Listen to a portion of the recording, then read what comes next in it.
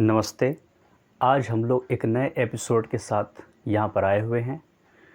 एक नया एपिसोड मतलब ये कि हम लोग इस एपिसोड में एक ऐसे महान शख्स के जीवनी के बारे में बातें करेंगे जो हम लोगों के आसपास ही हैं, मतलब इस धरा पे हैं, इस भारत भूमि पे हैं, लेकिन हम लोग शायद उनको भुला दिए हैं। हम लोग बहुत सारे महापुरुषों को याद करते हैं जो इस दुनिया में अब नहीं हैं, लेकिन उन महापुरुषों को भी याद करें जो इस दुनिया में अभी जीवित हैं और एक महान कार्य कर रहे हैं।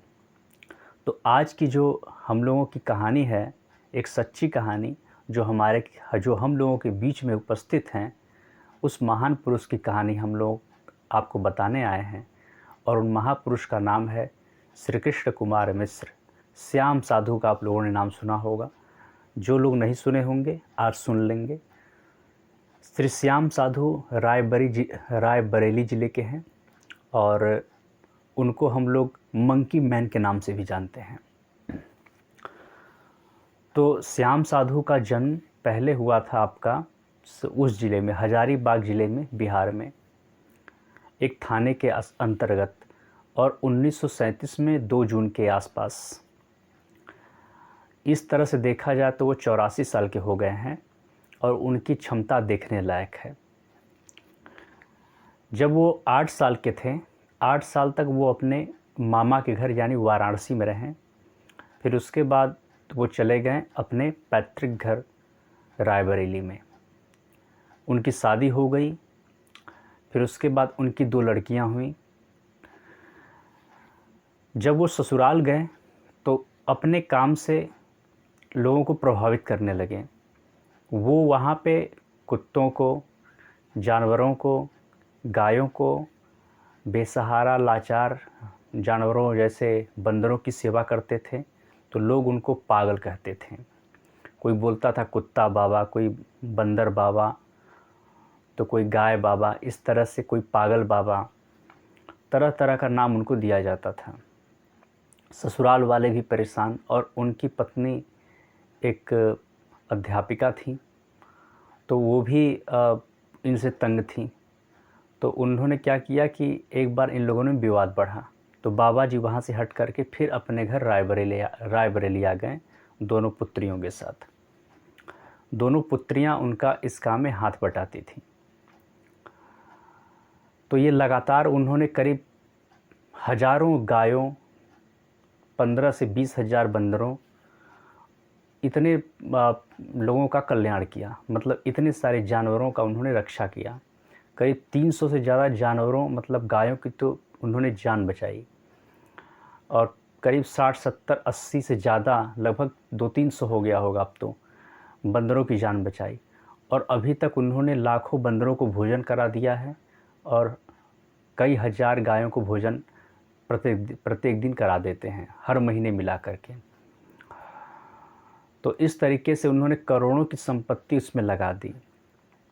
कुछ लोगों से मिल जाता है, कुछ अपने से कर देते हैं। तो पूरा जीवन उन्होंने, अपनी पूरी ज़िंदगी जानवरों को और पर्यावरण के नाम कर दिया। उनको पर्यावरणविद कहना भी अतिशयोक्ति नहीं होगी, क्योंकि वे पर्यावरण पर भी विशेष ध्यान देते हैं।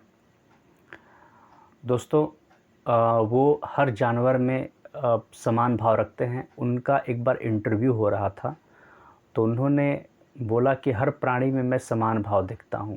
ये एक अच्छी बात आप लोग नोट कर लें।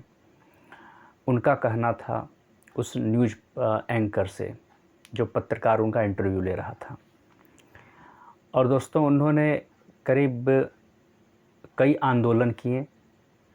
गांधी जी के साथ भी उन्होंने आंदोलन किए, और एक बार तो उन्होंने 48 दिन तक अनशन किया, जिससे कि गंगा नदी को राष्ट्रीय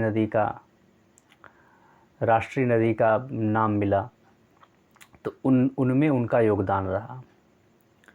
साथ ही साथ उन्होंने और भी बहुत सारे काम किए। उन्होंने और भी बहुत सारे आंदोलन चलाए। तो इस तरीके से उनके कई आंदोलन सफल रहे। और छोटे मोटे कई काम वो करते हैं। और अपने ज़िले में उनके 3 जो अधिकारी थे, मुख्य अधिकारी, उन्होंने उनके काम को सराहा और उनके ज़िले में उनकी बहुत प्रशंसा है। हालांकि वहाँ पर रायबरेली में कांग्रेस का ज़्यादा गढ़ है, लेकिन फिर भी लोगों का ये मानना है कि कांग्रेस से ज़्यादा उनकी चर्चा उनके क्षेत्रों में होती है। और बाबा जी धर्म को ऊपर ले जाने के लिए कार्य कर रहे हैं और मानव जाति के उन्नति के लिए कार्य कर रहे हैं। वो बाल भोज मतलब बहुत सारे बच्चों को हर साल खाना खिलाते हैं, अनाथ बच्चों को का भी देख रेख करते हैं।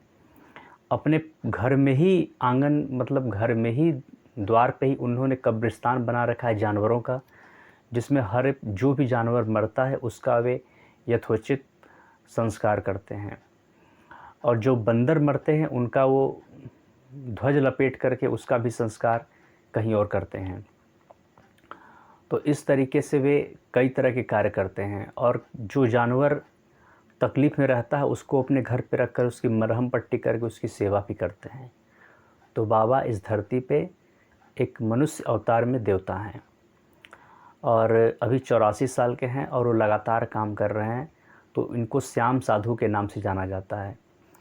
जब उन्होंने देखा कि जाति का कोई विशेष मतलब नहीं है और लोग उनको बार बार कई तरह के बाबा का नाम दे रहे हैं, तो उन्होंने अपना नाम ही श्याम साधु रख लिया।